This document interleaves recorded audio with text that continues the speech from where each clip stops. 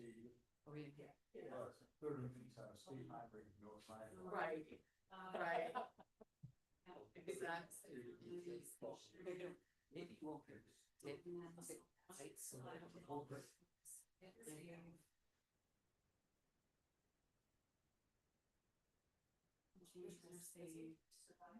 Okay, and then you go over to. Oh, yeah, yeah, no, we, Oh, yeah. So. one of the prisons that we had, my nephew, lived down, he and his wife came out, Yeah. and, If you're set. Okay. wife, You have a 70% chance. we wound up being killed. All right, Monday. very good. So, Thank you, Roberta. Again, her You were- partner came back, Kingstown, but what's, it's the same, sorry, sometimes sympathetic pain elsewhere. now So it's, this was, it's right more, from so, your partner's partner, be wearing a too tight. the, low guy, that's it. Except for-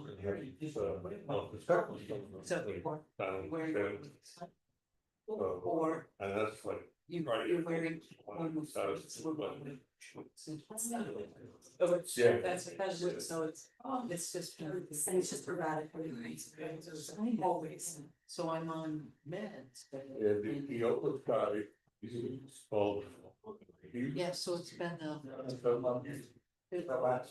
For a while. And then look at the building, guys. yeah, no, I think. You don't feel good, you don't want I think that was. Oh, I can see that. I mean, there's some days that was. But I'm taking my, that. and it just sort of. not really, but it's beyond, but still. And I've got all these. That's I why. like the same time. Yeah. Ten going on 40. Always. I loved it when I first found out, when I got your. So- That's the, Oh, that was. that's your hand. No, And that's. no, that's awesome. I went to have anything, did I need to chat? Went, well, the sex person, I was. I was sitting. Yeah, so. And he was. Is that where you're? No, from. Oh, for you. Yeah. All right, that's. Please come back. That's started. Right. Yes.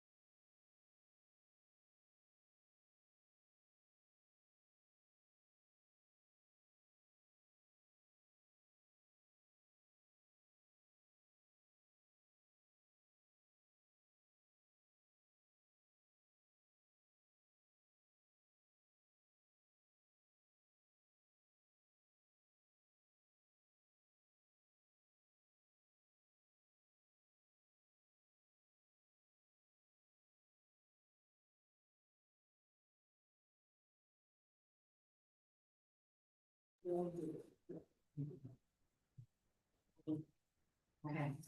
Was ready to go.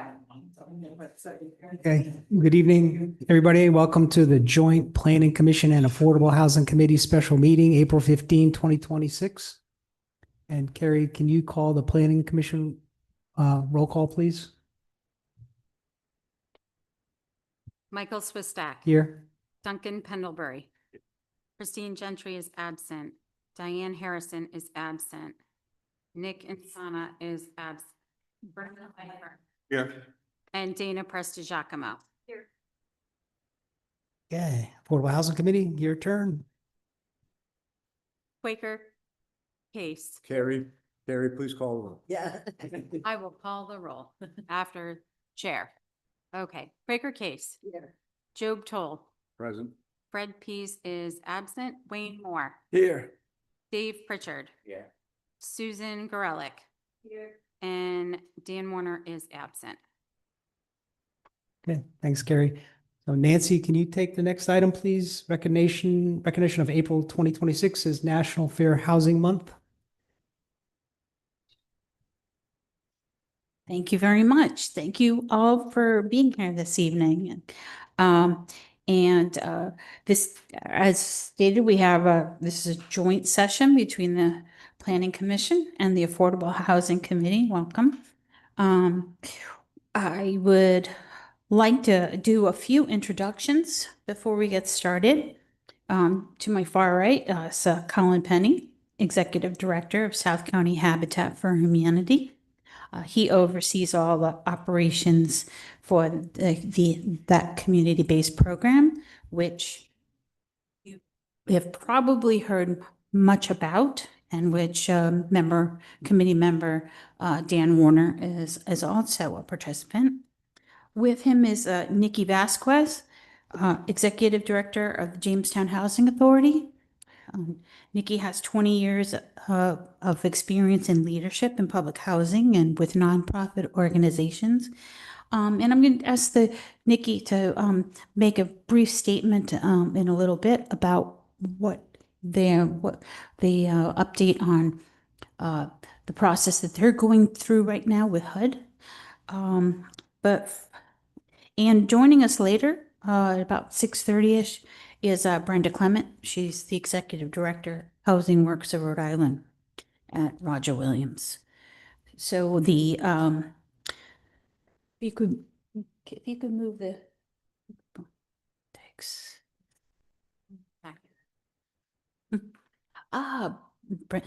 Brenda is here. Hello, Brenda. Got a seat for you over here. Thanks for making it. Okay, next, please.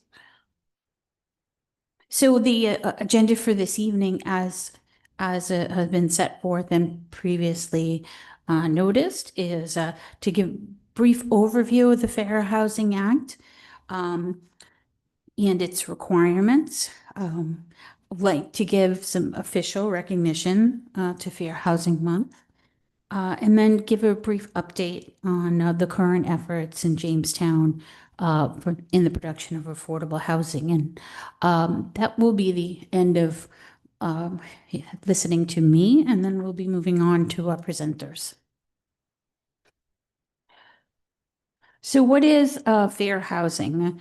It dates back to the Fair Housing Act, which is Title VIII of the Civil Rights Act.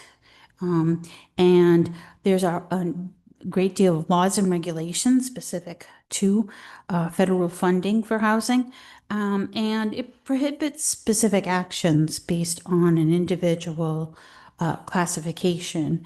The original classifications are in 1968 were all part of the Civil Rights Act, and must be very familiar to you by now. But later on, familial status and disability were added to those classes. And Rhode Island also has its own Fair Housing Act. And they add age as well as sexual orientation and gender identity, amongst others, to that list of protected classes. And the laws and policies apply to dwellings, applies to your living conditions. And there are with a few exemptions. So when we discuss affordable housing in the community of Jamestown, there are certain considerations regarding fair housing that are made. It might not be consciously. It's actually kind of built into the regulations that we follow from the state when it comes to low mod income housing, for example. But the three things to look at are placement, the need for development, and any marketing of the dwelling units. Our presenters today will focus on the availability and affordability from the point of view of the developer and the advocate. These are all things that are protected under the Fair Housing Act.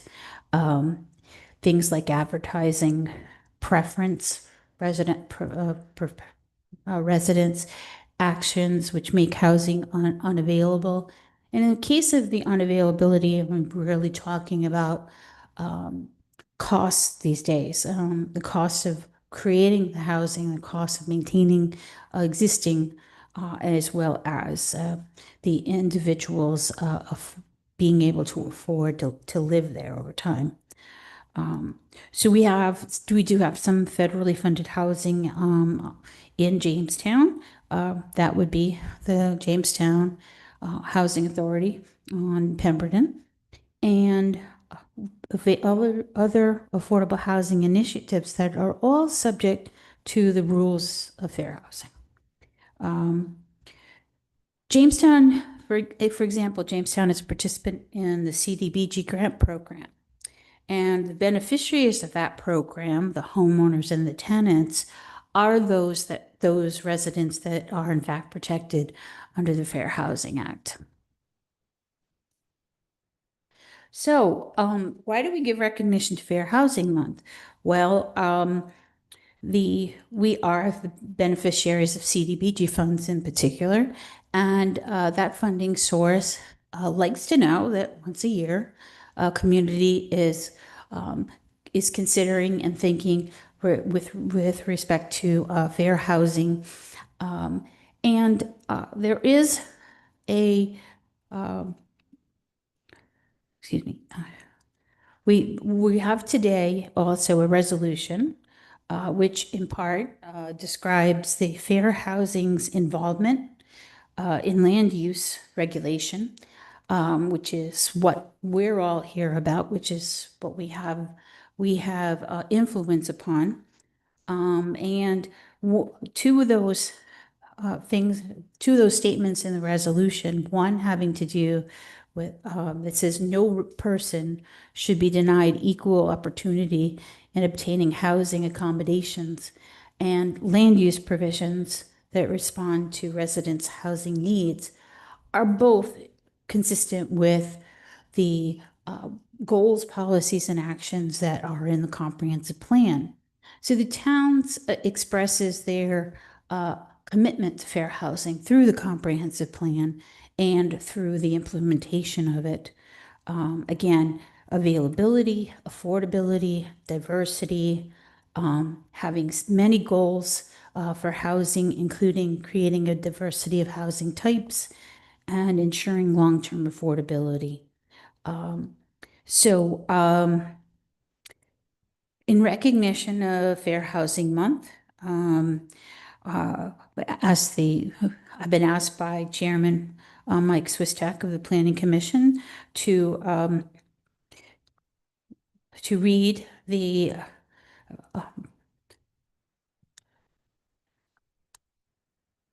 to read this for recognition, and then the Planning Commission will go ahead and make a motion. They don't mind. So unless there's any questions, I think we'll move forward with that right now. Okay. So, recognizing April 2026 as National Fair Housing Month.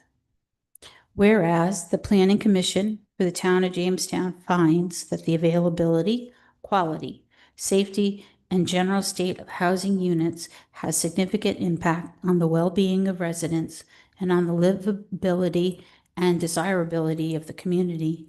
And whereas to achieve the intent and purpose of the 2026 comprehensive plan to create a diversity of housing types and the goal to ensure the long-term affordability of Jamestown's housing stock. And whereas Congress declared by the Civil Rights Act of 1968, specifically Article 8, the Fair Housing Act, that individuals in the United States of America, the state of Rhode Island, and the town of Jamestown have the right to choose where to live without discernment.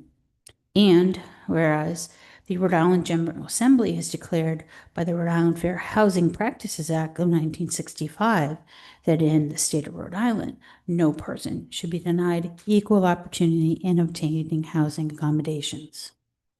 Whereas stable, integrated, and balanced residential patterns are responsible development and require land use provisions that respond to residents' housing needs and supports opportunities to live and work in the community.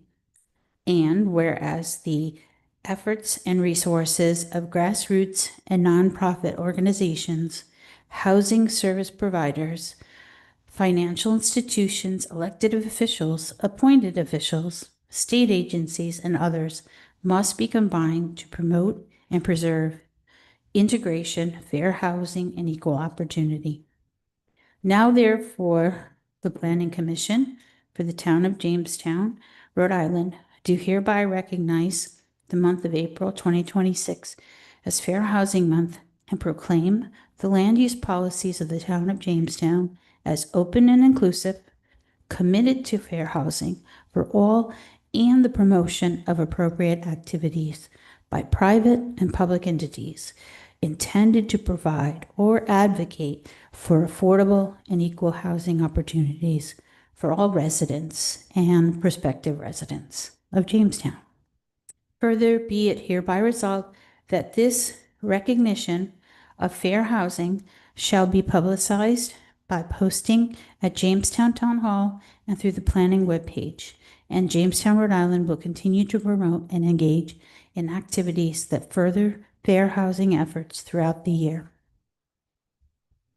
Thank you, Nancy. So I make a motion that the Planning Commission adopt the recognition of the April 26th as National Fair Housing Month. I need a second. Discussion. All in favor, say aye. Aye. Thank you, Nancy. Thanks. Welcome. Thank you, commissioners. Nick, I mentioned earlier, Nikki Vazquez is here with us, as she can only stay until about 7 p.m. And she came specifically to update you on the process that HUD calls repositioning, I think, and the opportunity that brings to the Jamestown Housing Authority. So, Nikki, want to make a statement?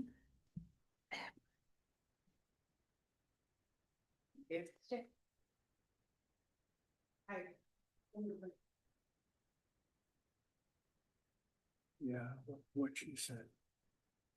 Thank you. Good evening. Thank you for having me. I am the executive director at the Jamestown Housing Authority, and I'm passing around just two little sort of memos to that kind of bring some general information. It seems like HUD and public housing is super complex, and I spend some of my day with a lot of confused people who come to me for applications or complaints, and even like residents don't know they're not part of the housing authority. So it's very understandable that this super complex situation is hard to understand. So the housing authority exists solely on the rectangle at 45 and 57 Pemberton. And we are run through funding, through operating funds from the federal government. So our yearly operating fund and then a very small capital fund. We have 35 units, and so we only get about $70,000 a year to assist with our capital needs. And so if anyone here has ever, recently done any upgrades to their house, you know that you can spend that in about 13 seconds at, at any of our local stores. So this sheet just has some like very simple information talking about what we have going on. Currently, if you've seen construction over there, we were awarded a $1,777,000 emergency grant way back in 2022 when it was an emergency, and it's still an emergency today. The Housing Authority is running on the original infrastructure from 1968. So that means the original heat, hot water, and electrical supply is still there. And so I think the day after I came on board is when it maybe exploded. And then I became a fixture in Lisa's office. So for whatever reason, I'm still there today, plugging forward. And it's a massive undertaking, but without that grant funding, the town of Jamestown would have actually lost those housing units due to the obsolescence of the unit. It would have cost way too much money to rehab those units for the community. So it's an amazing grant, an amazing opportunity to bring the whole property into the year 2026. So we are fully upgrading electricity with like trenching and new transformers and poles and new electrical in everybody's units, switching to a mini split unit. And upon completion, which is allegedly June of this year, we will be the first facility in Rhode Island that will have solar evaporator assisted hot water tanks. And so it's a super exciting opportunity. So we will be inviting everyone there because no one will be more excited than me to be completed with this project.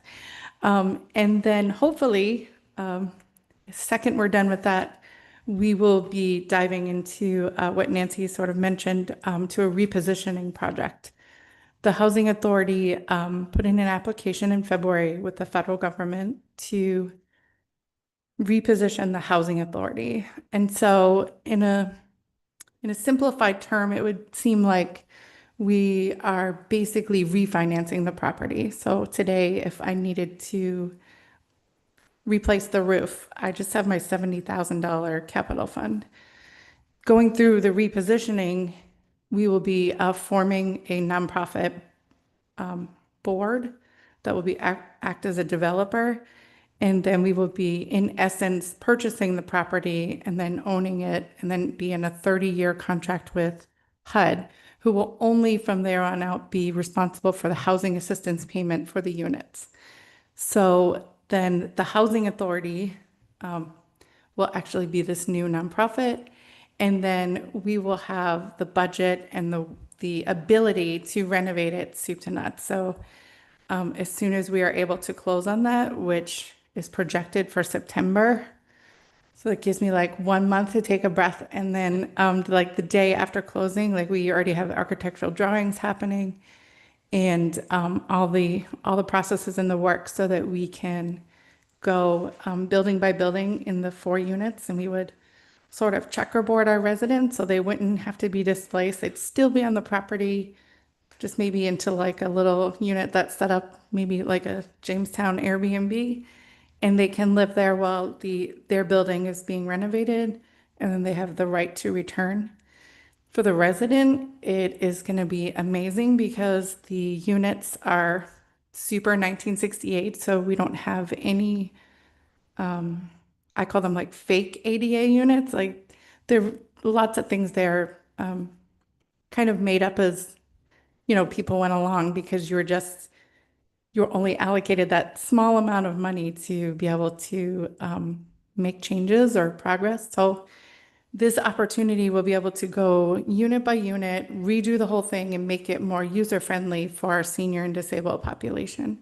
So we'll go through all 7 buildings. And then when we're done, the residents will all be back in their unit that they were in before, except it'll be brand new, and their rent will remain exactly the same. So they'll still all be paying 30% of their income. And then the second part of what this does for our community, as we all know, we're only at 4% of our goal of affordable housing. So what this project will do is, in essence, there's a rule called the Faircloth Law. And so that means that Jamestown was, in essence, like deeded 35 public housing units forever for Jamestown. So as soon as our nonprofit purchases those, they won't be public housing units anymore. And we'll be able to like hold them in our cloud until we have an opportunity to develop. And then the Housing Authority can work as a developer with the new company and find ways to integrate those 35 units into our community. The program right now, today, is called Restore, Rebuild. This administration's a little, I don't know, hard to estimate what could happen each day, but as of today, we have Restore, Rebuild, and so that would give us the opportunity, if there was space or a building available, we would be able to work with our developer and purchase that property and make those units affordable, which will help the town with their supply stock. So is there any questions? Where's the money coming from? The money for, Renovating. so as we become our own nonprofit developer, we will be like investing in the property. So we'll have like, just pretend Boston Financial Bank Newport, and it'll be like I'm taking a mortgage out and redoing. That's why I kind of bring up the analogy of like a refinancing. So it'd be kind of like, I'm going to take out this loan that's going to be backed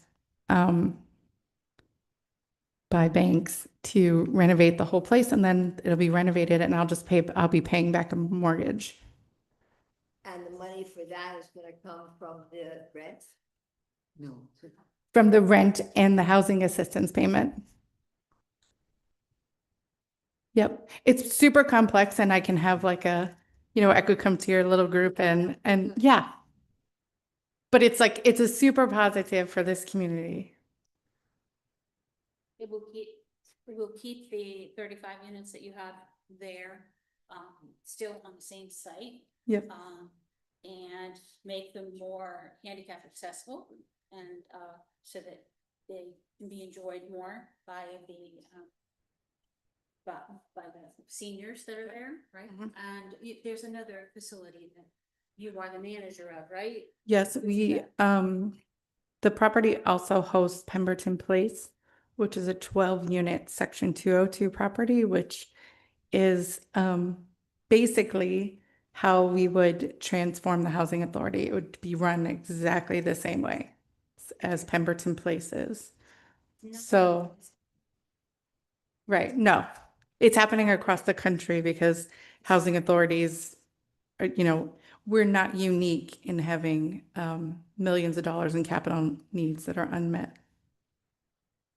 So this gives power back to the town, back to the Housing Authority. So do these 35 units become part of the affordable housing in the town? They already are. They're already counted. Mhm. They just But have different ownership. But I would have the ability to create about 33 more to add to your stock. Oh, it's great to have options. Thank you Yep. so much. And I could come and like talk to you guys like in more Yeah, detail. no, the real mechanism. Yep, me too.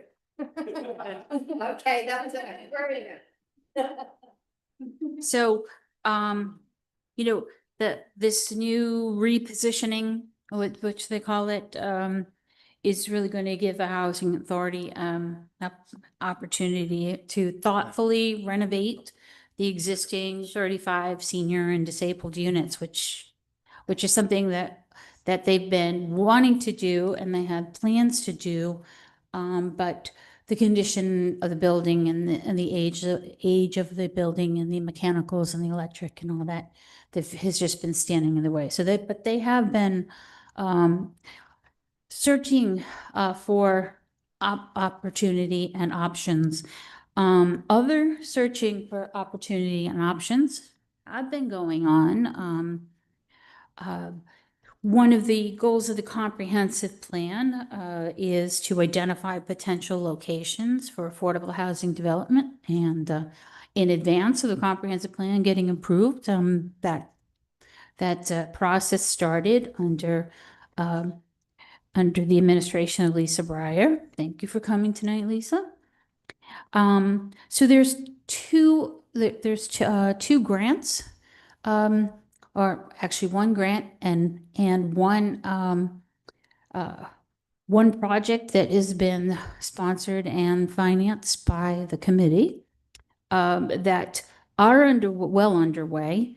The Wesson and Sampson has reviewed a series of like 19 properties that have been identified and what they've done is they started to assess their potential for development, specifically for affordable housing. This is under a pipeline grant that was that Jamestown received from Rhode Island Housing. At this stage of the evaluation, 8 properties remain under consideration.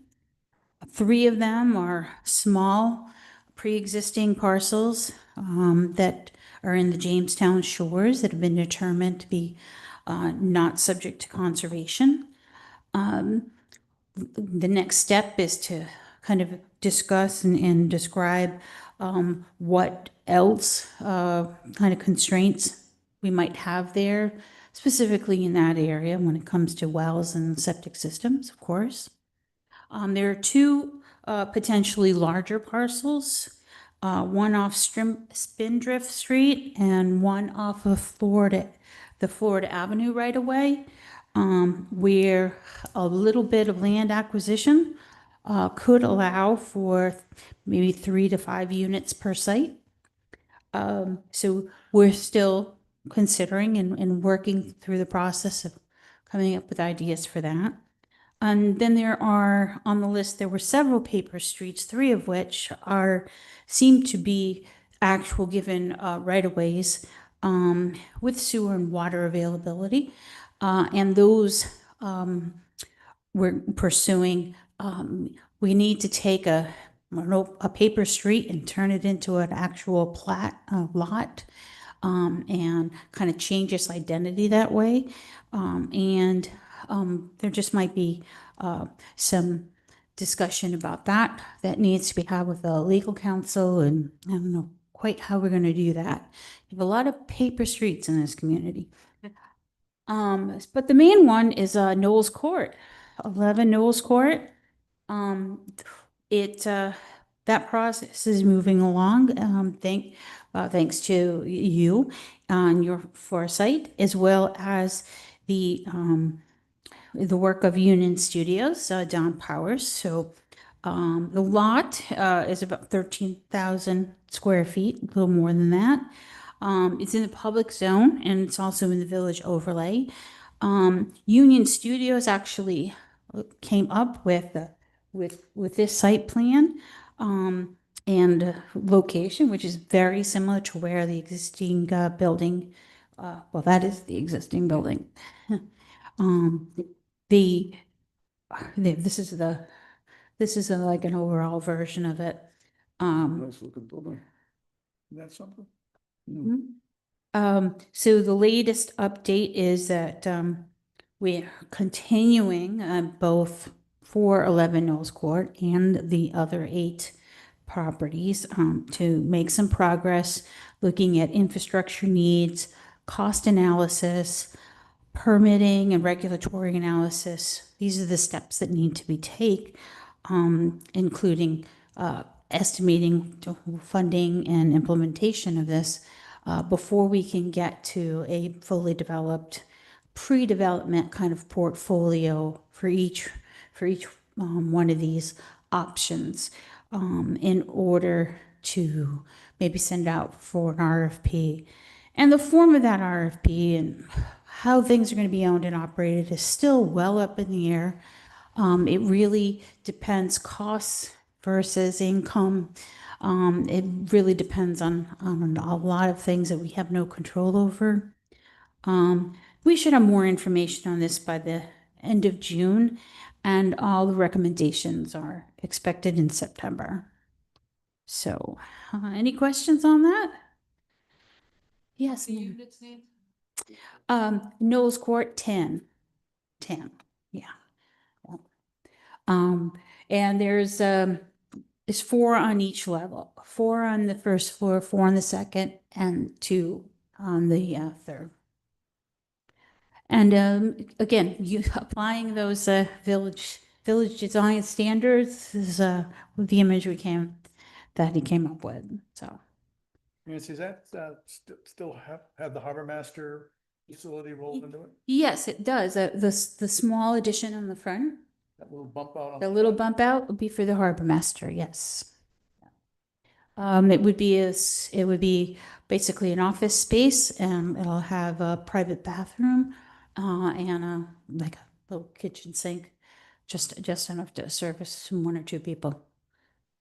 So, and it can be separated off from the building itself if need be, but construction you can construct that so that there is a firewall between the two. And this building has one central staircase with 4 units, as I said, at the top of the stairs on that second floor and 2 above. Well, that's all I had to share with you in terms of updates. Now, I guess we'll move on to our 2 presentations. We'll start with Colin, if you don't mind. Colin Penny is a Westerly resident, and I've had the pleasure to work with him over the last 7 or 8 years. He is the executive director at South County Habitat for Humanity. He's been there since 2017, I discovered. And he moved to Rhode Island after working for Habitat out in Ohio. So, Colin, tell us about costs. Sure. She's going to go over.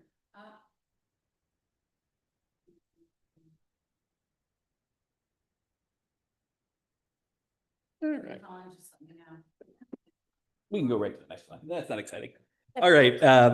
So again, I'm Colin Penny. I've been working in affordable housing for a little over 20 years. Again, here, been in Rhode Island almost 9 years, spent about 5.5 years in Youngstown, Ohio, which if you've ever been through the Rust Belt, Youngstown's the center of it. It was quite a shock coming here. You could buy an entire city block with 12 abandoned houses for about $5,000. And then I came here and tried to find a place to rent. So it was certainly an adventure. And previous to that, I spent some time working in the Bay Area of San Francisco and worked for a couple nonprofits down in New Orleans doing rebuilding and redevelopment post Hurricane Katrina. So South County Habitat's been around for over 35 years, focusing in the communities of Washington County. We've served about 140 families through our new home construction, rehab, and critical home repair. As I said, we've been working primarily in Washington County. However, that is changing.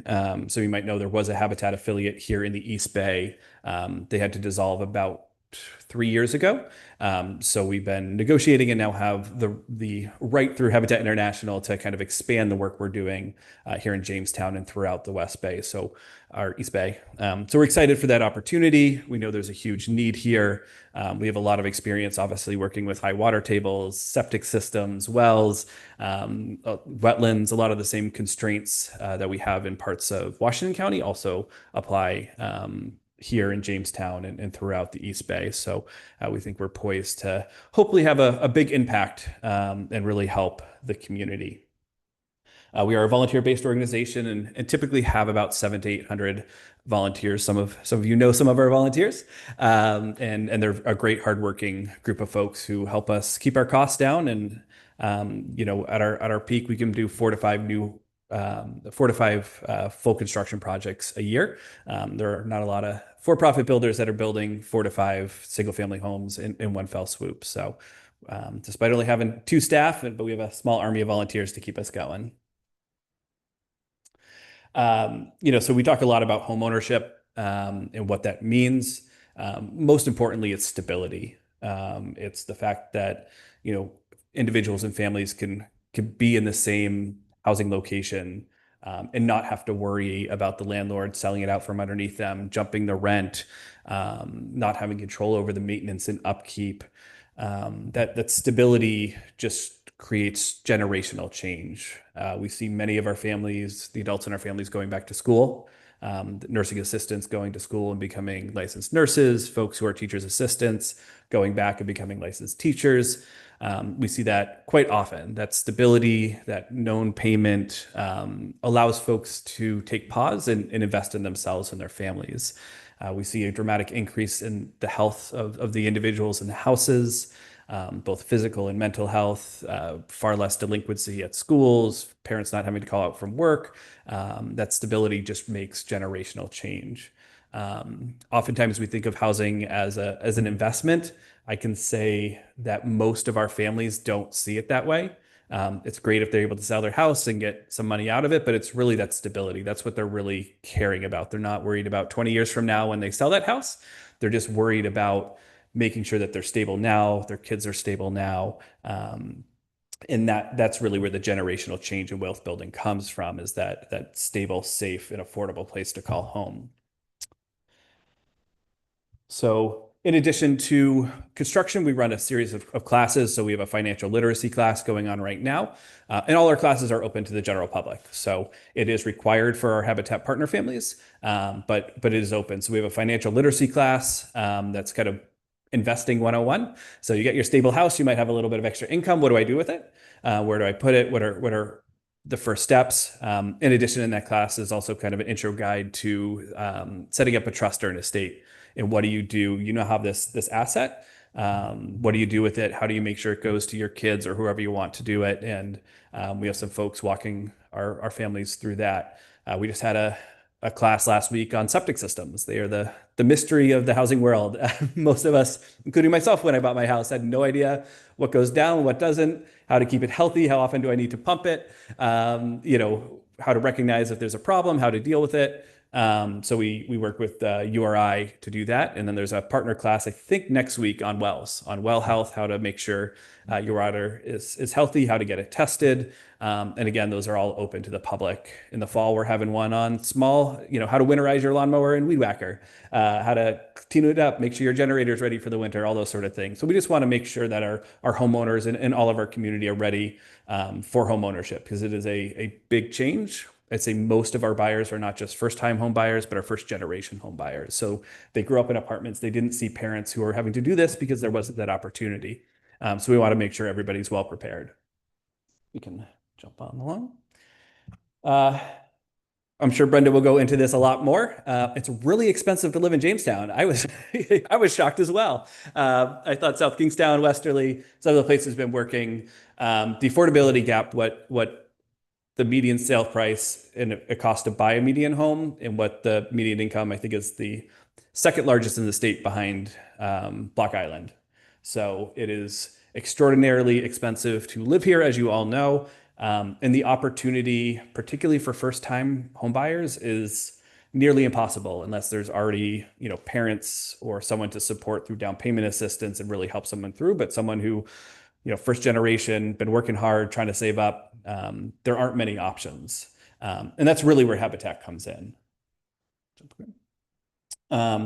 So again, we're really focused on pricing our houses and making it available for working class Rhode Islanders.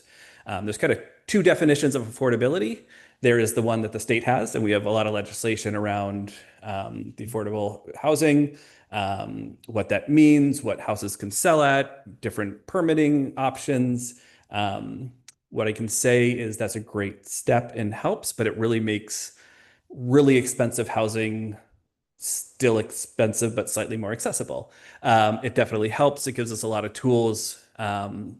But what we've seen is even a lot of the houses selling at 120% AMI, which is kind of what the state sets as the max sales price for affordable units, is still well out of the reach of most Rhode Islanders.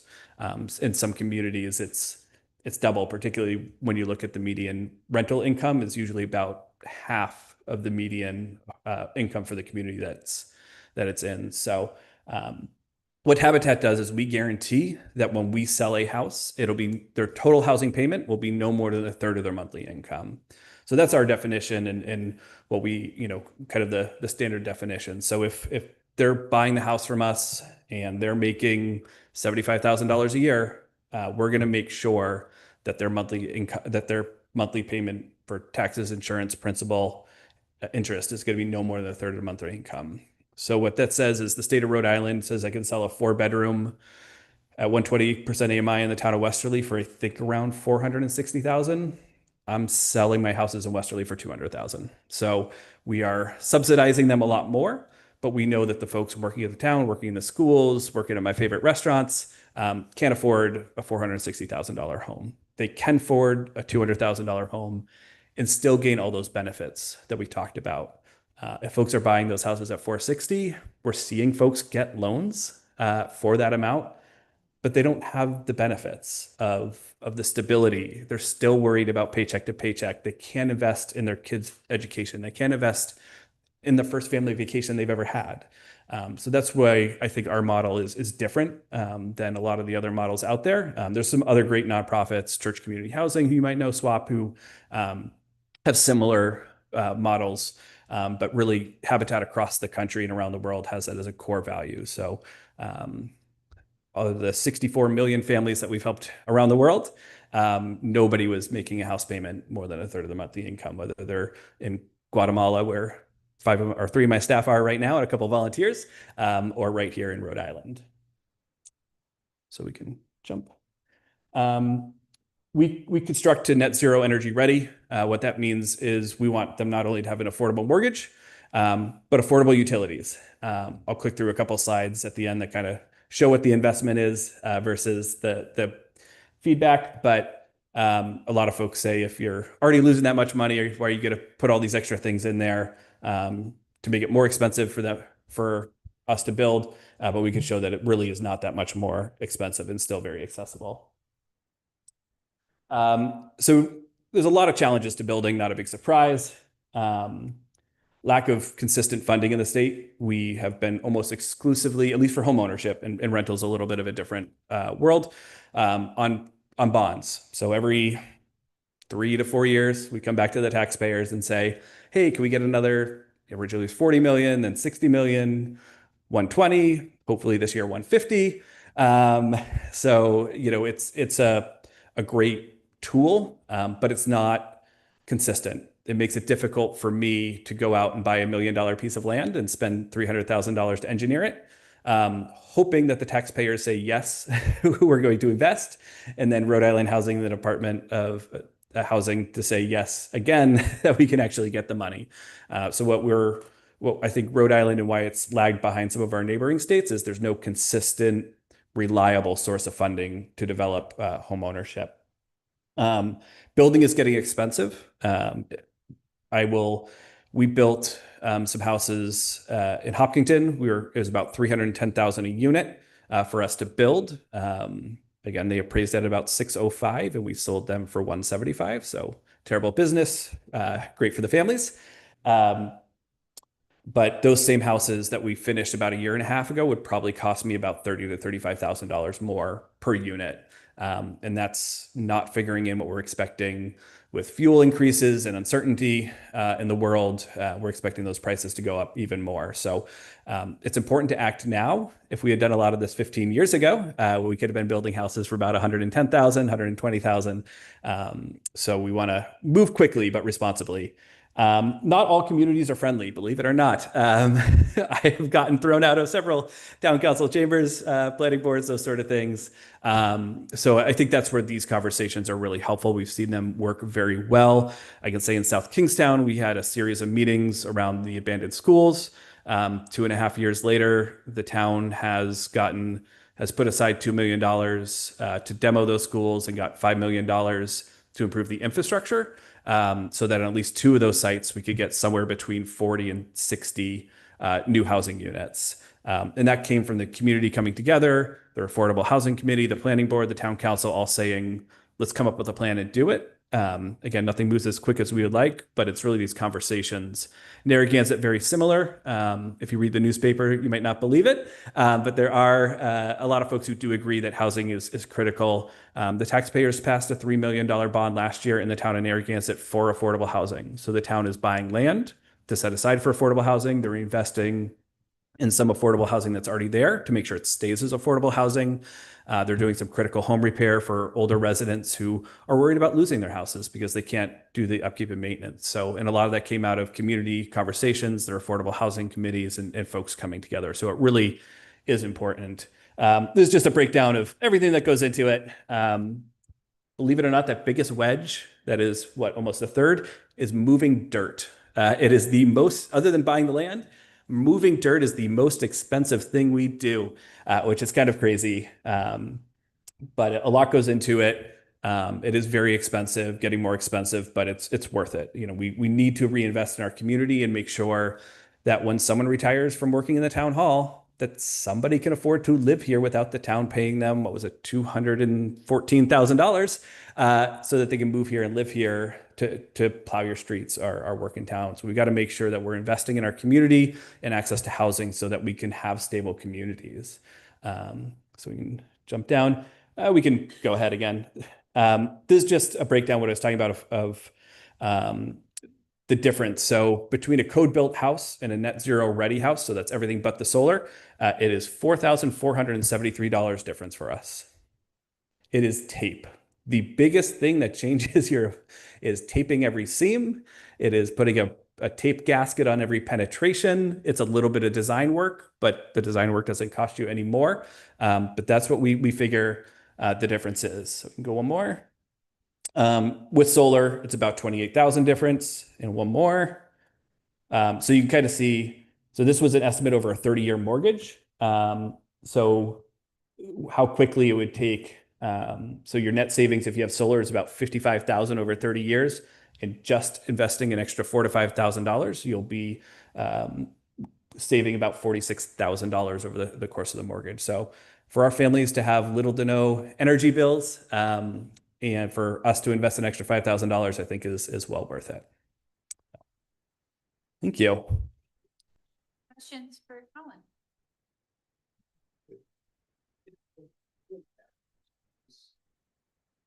So 3-bedroom is kind of our standard. We built 4-bedroom. We're building 2-bedroom units right now. That was just because that's what the septics could handle. So it's a multifamily that could only handle 4 bedrooms. But we find 3-bedroom is a great size.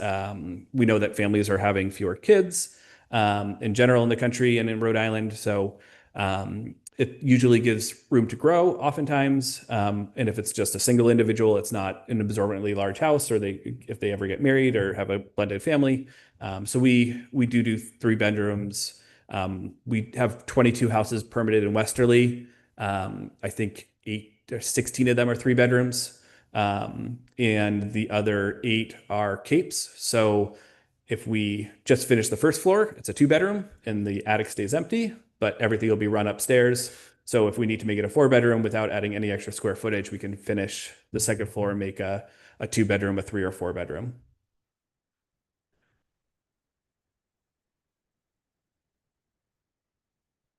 Typically, yep. Yeah, and that's based off of a code built house versus the zero energy ready standard. Yep. And that was based off the energy code or energy costs about a year ago, a little over a year ago. So it might be even better right now, given the circumstances. All right.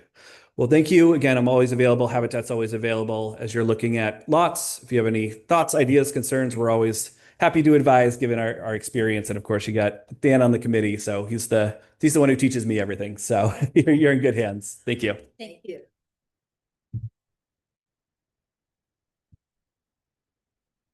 So next, I'd like to introduce Brenda Clement. She is a longtime leader of affordable housing and community development in the state of Rhode Island. And she's been recognized for shaping a lot of policy around housing in Rhode Island. And I've had the pleasure of knowing her almost over 20 years. So thank you for coming, Brenda. Thank you. And I'm going to pass out some little goodies. I'm very happy that my housing colleagues were using data from the fact book. They had their Bibles in front of them. So there's actually 2 different cards. So I'll let you talk briefly about both things. So let you pass those around. So again, thank you for the opportunity. As you said, Brenda from Housing Works Rhode Island. We're a community partner of Roger Williams University. We are actually located at the Providence campus, and as we suggest, we do all things housing. I just wanted to emphasize, Colin, your point about homeownership in particular. One of the facts from our annual fact book, and you have the QR code, and we're going to look at a few things in a second, is that our homeownership rates are, still well below national average, first of all, but particularly for minorities. We have not seen any improvement in homeownership rates since the late 1960s. 1960s, think about it, which means that we've cut generations of people out of what we know for most of us is an important wealth creation, economic development, if you will, for your families. And, when you see the price points that we see here in Jamestown and other parts of Rhode Island, that is very worrying on many, many, many fronts. So more to come on that. But, again, the model of Habitat and other groups nonprofits that do development is not only to help people attain homeownership, but also maintain it and retain it. And so all of the upfront work that Colin is doing around, energy costs and efficiencies are to make sure that this wealth in this home is going to be a long-term, hopefully multi-generational home for that family. So anyway, I'll get off my soapbox on that, but I think it's just so critical as we look at trying to address local needs. So this, again, about us, we were founded in 2004. We were actually founded to run the first housing bond in the state, or shortly after that as well, too. And so 20 plus years later, it looks like we're going to run another housing bond as well, too, if the General Assembly approves it. As you probably know, as Rhode Islanders, and if you to go out for a bond of over $10 million, you have to go out for statewide voter approval, which is why we have to go out for statewide voter approval for any of these bigger bonds as well, too. So, so it's an interesting process always. But lots of information about our fact book. You have a card which has the QR code, which you can take a look at. We have specific pages by region and by community. Always happy to see Lisa and others here as well, too. She and I served on that now defunct, but a new entity has taken place, the Housing Resources Commission, and we're looking a lot at this planning and land use and zoning issues as well, too. So hopefully you can take a look and dive in deeper on that, and we can keep going. And so keep going. We're just going to cut through things. So part of our problem here in Rhode Island and, of course, the country is that we just have a very unhealthy real estate market, right? We have very low inventory on the homeownership side. We also have a vacancy rate for the last 5+ years, and the rental market has hovered around 2 to 4% statewide. It's actually even tighter in some areas and neighborhoods in Providence and other places. But in a healthy vacancy rate is 7 to 8%. And so we're well below that. And we have been simply underproducing housing and housing production, particularly rental units, since the mid-1980s. And so that means that, even though we haven't seen significant population growth, we have household size has decreased and household formation has increased. So the demand for housing has increased. Market disruptors like Airbnb and other companies similar to them have also taken a huge amount of housing stock off the market, and that is also driving up costs as well too. And the biggest problem though is, as you can see from the graph where it shows the change in housing costs versus wages. And while housing costs, whether they're home sale or rental prices, have increased by 65% or 60% for rental, the wages have gone up by 29%. So, you don't need to be a math major to figure out that there's something wrong here, right? And something isn't working correctly. Our colleagues at Blue Cross do an annual survey of Rhode Islanders called the Rhode Island Life Index. And no surprise, the lower the number, the worse you are. No surprise, housing and cost of living have been the top problem that Rhode Islanders have identified going on almost 4 years now. So that's the issue that we're facing, and we can keep going. So this is just another way to look at the affordability issues and problems and the average rent. You can see the 5-year comparisons, and I'm pretty sure we're sharing this, right? So you'll be able, if these numbers are hard to see from a distance. But one of the terms of art, which you're probably familiar with, is we track and have tracked from our beginning cost burden. And what that means is that the federal government or federal agency, HUD, determines that if you're spending more than a third of your gross income on housing, you're considered cost burden. In the statewide, as you can see, almost 26% of homeowners are cost burden, even homeowners with a mortgage that's paid off, because as you know, as soon as you pay off your mortgage, you still have to pay property tax, insurance, and other things, and property insurance in particular has become even more problematic. But 48% of renters are cost burden or spending too much of their income on housing. And we can keep going. And this, again, not surprising, similar demographics here in Jamestown as well, too, in terms of monthly costs and what workers and whether you're an owner or a renter can afford. And we can keep going. So, and again, these are just kind of typical kind of households that we're not, these aren't specific people, but kind of categories of workers or individuals that we see. And what they can really afford and what they actually, what is actually out there on the market. So the median household income of $86,000 really can only afford about $2,100. But, again, trying to find either a mortgage payment or a rental payment in that price range is challenging. And we can keep going on. I'm happy to come back to these. I mentioned this already, the disparities around homeownership rates. It just makes me sad every time I look at this number, because we know how literally we have locked the door and thrown away the key to many families and denied them the opportunity for wealth creation. And we can keep going. And again, we know, and advocates like me say all the time, I served with another Jamestown resident on the now defunct, this must be me, right? They keep eliminating all these boards that I'm on. I guess becoming a real pain in the butt. But the State Housing Appeals Board, but advocates, and I was the advocate on the State Housing Appeals Board. And, it's clear that nothing works right in your life if you don't have that safe and decent place to get up from every day and to go back to every night. And we know that there's so much impact. We have study after study that shows the impact that stable, affordable housing has on health and improved health outcomes, improved educational outcomes, improved economic development and neighborhood development in a community. So, the case and I hope we've made our case that all of these things and that this investment into housing makes sense. And we can keep going.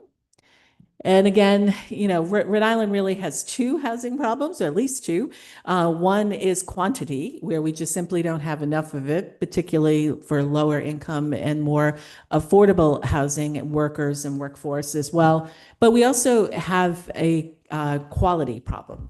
We have some of the oldest housing stock in the country, particularly our multifamily rental. We're tied with Massachusetts for third, unlike Massachusetts and our colleagues in Connecticut, who provide millions and millions of dollars in their state budget for housing and housing production. Rhode Island has traditionally not. Colin already mentioned about kind of our one-off, let's do a bond every 3 or 4 years funding mechanism. And so it means that the condition of units is often a big challenge. And it also means that they're also not units that are conducive for people to age in place or age in community as well too. And, so some of what our colleagues at Jamestown Housing Authority were talking about is that the rental housing stock in particular, the bulk of our rental housing stock was built in the 1930s and 40s. She talked about public housing being built in the 1968. So we know, that it's way behind in terms of the ability to retrofit it. And again, I've already talked about this, but the problem is the gap between jobs and housing wage and what people earn. And 78% of the top 20 fastest growing jobs do not pay anywhere near the housing wage of $31, which is determined by one of our national partners. And to affordably rent or buy, and this is 2024 numbers, but they're no better in 2025, you would need to earn $44 per month, per hour, or $76 respectively to own or buy. And as we know, all of these kind of categories on the left, and home health aides, cashiers, retail, food service, all of those jobs are jobs that don't pay anywhere near the housing wage. And that's troublesome. Again, we looked, I'll talk a little bit more about this later, but we've looked at some analysis that we're doing as part of the zoning atlas about tax implications of building housing and housing development as well too. And the irony is that for most, most people think that that they're increasing their tax base more if they only allow single family homes. And right now, 88% of Rhode Island is zoned single family. The reality is that a single family home actually costs you more as a local community than it would if you allowed a denser development or multifamily development in a neighborhood and community. Now, many, many communities do not believe us when we show them this math, but I'm happy to dive in a little bit deeper with you, either probably not tonight, but another time to talk about some of the analysis that we've done about tax assessments. And we can keep going. And again, a lot of, because of the age and condition, the age of the Rhode Island housing stock, a lot of what we like about Rhode Island, zoning and land use, and the other card that you have is our Rhode Island zone, and a link to our Rhode Island zoning map.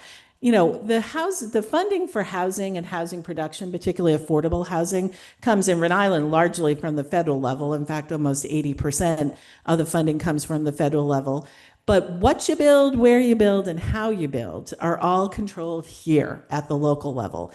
And so what that means is that a lot of what we used to like about Rhode Island, whether it's a Wickford Village or a walkable neighborhood, even a denser developments like you see right around the town hall here, are not easily replicable under existing zoning ordinances. And while we've seen a lot of significant changes in zoning over the last couple of years as part of the bills of the speakers package, which I'm sure you've been following, and I know Nancy has as well too. And so we're trying to be able to allow this kind of rebuilding or repurposing of what we call missing middle. These duplexes, townhouses, multi-generational living houses as well. Do they belong on every site? Of course not. But, trying to allow them to happen and to allow that kind of denser, more walkable neighborhoods, more communities, more, like I said, intergenerational space is part of what the aim or the hope of a lot of this legislation that has passed the General Assembly this last couple of years is trying to do. And because of the age of our housing stock and because of when we started to see kind of a pullback on zoning, and zoning itself is still a relatively new phenomenon by, about 100+ years old. Started in Ohio with the famous a U.S. Supreme Court case as well too. But so a lot of particularly our older housing stock and our rental housing stock was actually often built pre-zoning. And you can't, so it's not something that you can go back in and easily do again, right? Or come back in and replicate that footprint. So anyway, that's happy to talk more about that.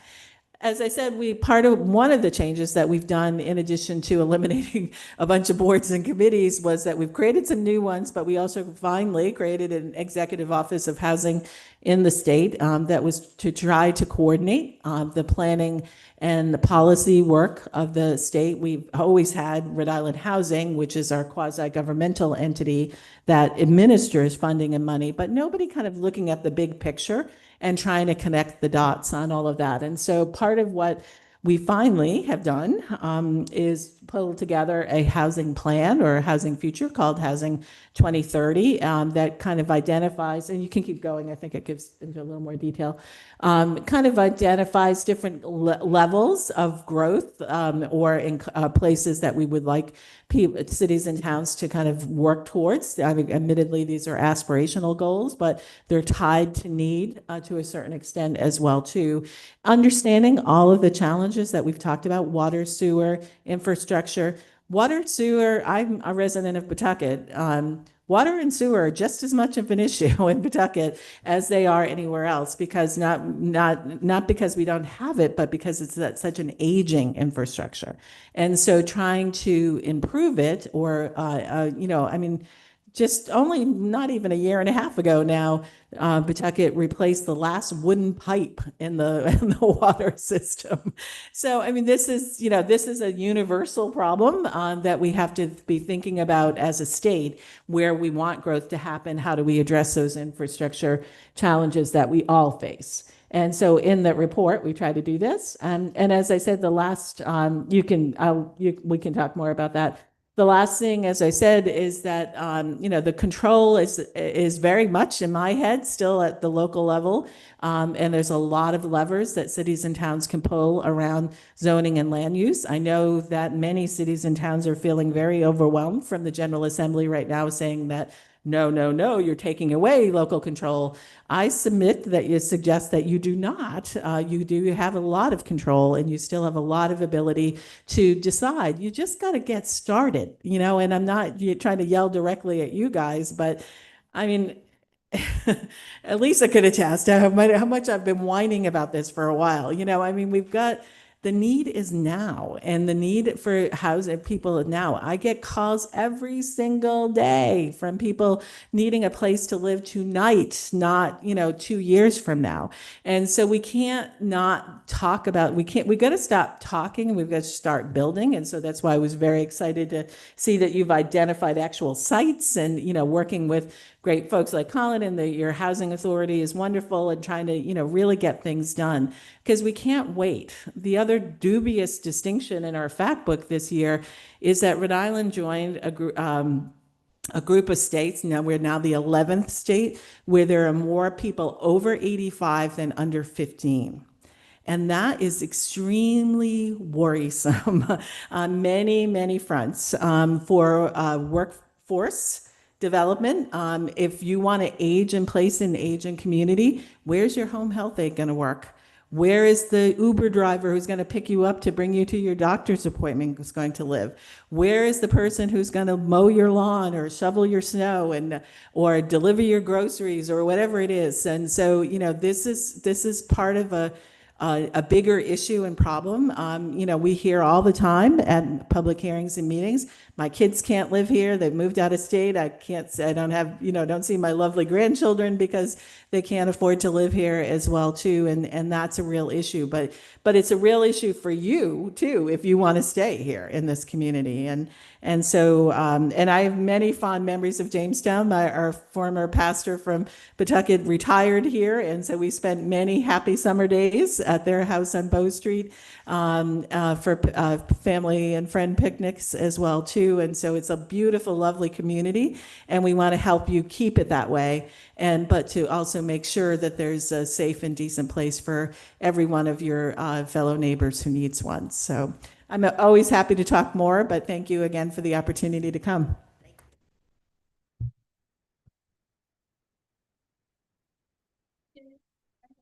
Yep. The Rhode Island Life Index, yeah.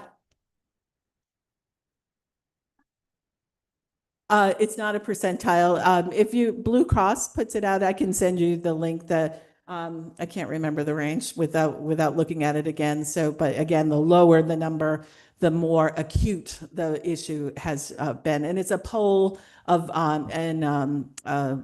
Rhode Islanders, because it was kind of, we like it because it kind of gives real time, kind of up to date what Rhode Islanders are feeling about key issues. Hi. Colin mentioned on the lack of consistent funding, rely on these bond issues. Do you have any ideas, suggestions on what could be done to create a consistent stream? Yes. So there's a couple of things. One is, we currently have a real estate transfer tax already, and there's been lots of resistance over the years for using a higher percentage of that. But in my opinion, and right now we divide the real estate transfer tax between city and town and state. The state part of the tax, and I think at least a percentage of the city or town tax, should go into a dedicated funding stream. This is what it's tied to real estate. It's the logical choice, right? I know realtors hate it when I talk about the real estate transfer tax, but it's the logical choice. So trying to better, so instead of it going into the black hole of the state budget, we've got it specifically tied to a production fund that is hopefully recapitalized or capitalized every once in a while with a bond issue, but that we have kind of an ongoing dedicated stream. Thank you. I think you guys did a very good job. Thank you. I mean, it's been going on, since 1965, there's housing issues been going on, affordability as well as accessibility coming on. Did you find, there's a story maps and everything. Did you find any pattern that you can actually, think about outside of us? I know we're talking about zoning and how this, and then we all agree that, home ownership is the main wealth driver. Right, going in there, but yet housing market is also same as any other market, which is supply and demand. And then we see the discrepancy between how wage they pay by and versus housing price. So what kind of again, it's great that you're looking at the time to build is now. But what kind of things, patterns did you find, and you can actually address this? Yeah. So zoning and land use is definitely a big one as we've moved, as I said, 87%, close to 88% of Rhode Island is zoned single family, which means that pretty much any lot that Colin wants to use has to go through a long and laborious local approval process, right? That usually brings out every single neighbor who does not want anything to happen in their community. And, and NIMBYism is alive and well. I'm not suggesting that there are not valid issues around traffic and environment and water and sewer that we have to address. But we sat at many housing appeals board hearings where, it was people who just did not want anything, period. And they weren't going to they were going to spend their time and money opposing that development as well. So again, local cities and towns can, identify sites and identify projects that are pad ready and zoned appropriately for that kind of better, missing middle housing that would help us produce more units as well too. And we can't look at the history of affordable housing without also talking about classism and racism. This is what this is really all about. But what I'm telling you is that the workforce that we're all relying on as we age in place and age in community is not going to be able to live here. They can't live here now. And if we continue on this path where running into huge risks and challenges moving forward. And I'm not sure that addressed your issue completely, but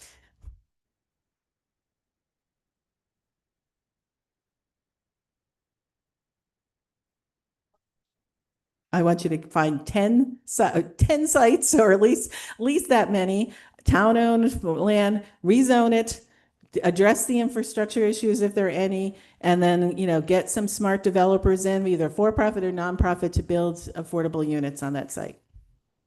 And do it, zone them by right, do an overlay district, whatever it is that you have to do to get it done at the local level. But, again, time is now, we cannot wait. That's been the fight ever since 1998. That's right. That's right. Yeah, and the macroeconomics of this, we are, Rhode Island's real estate market and affordable housing submarket is a small blip, right, in the bigger macro real estate market, and that's to your point. And, I mean, it took us, post 2008, it took us almost 15 years to recover from the foreclosure meltdown. And so that's the challenge, right, is that we're constantly reacting. And now, tariffs and building supply, all of the other federal interventions and federal policies that we're seeing that impact cost and availability are also the bigger world that we will live in. I think Nancy's giving me the cane. Okay. I think she's got one more. I see parallel between climate change. People, I mean, the data has been there since 1972, right? But it is how people incorporate, perceive that data. Yep. And then you've been doing a great job, this collecting data. Have your group been doing outreach education, educating people so that we can have some perception, paradigm shift? So we are working with the Land Trust Council and other and URI's program as well too, to do just that, what you're talking about. We are also, as part of the zoning map, zoning atlas rather, doing floodplains and water, sea level rise and other mapping as part of that, so that as we think about, where do we grow as a state? And you're absolutely right. Some of the climate change stuff is scary. I serve on the Fair Plan board for insurance. Fair Plan is the alternative policy for insurance for homeowners who can't get traditional insurance. Years ago, when Fair Plan started in the 70s and 80s, it was largely because of urban areas and redlining, where people couldn't get mortgages and insurance. Now the bulk of Fair Plan clients, if you will, in Rhode Island are in coastal communities, and that's largely tied to climate change. Thank you again. Thank you. So, Brenda mentioned Housing 2030. There's some pamphlets and information out front, outside in the hallway, if you want to pick up some general information about. If you don't worry about it. I'll bring it to the next meeting. But it's just something that the Rhode Island Executive Office of Housing, which is the new housing division of the state government, has put out as like explanation for the 2030 plan. The 2030 plan had informed the comprehensive plan and chapter 10 of the comprehensive plan, and all the information that is required in there, that recently was adopted by the town. In terms of next steps, I think in May the 26th is the Planning Commission's meeting. And Mike, I think I mentioned to you how I'd like to start just kind of looking at chapter 10 of the comprehensive plan, so we can get a better understanding of where we stand in terms of priorities, and better understanding of the whole picture of affordable housing. So we have 2 other applications that evening, right? No, do we?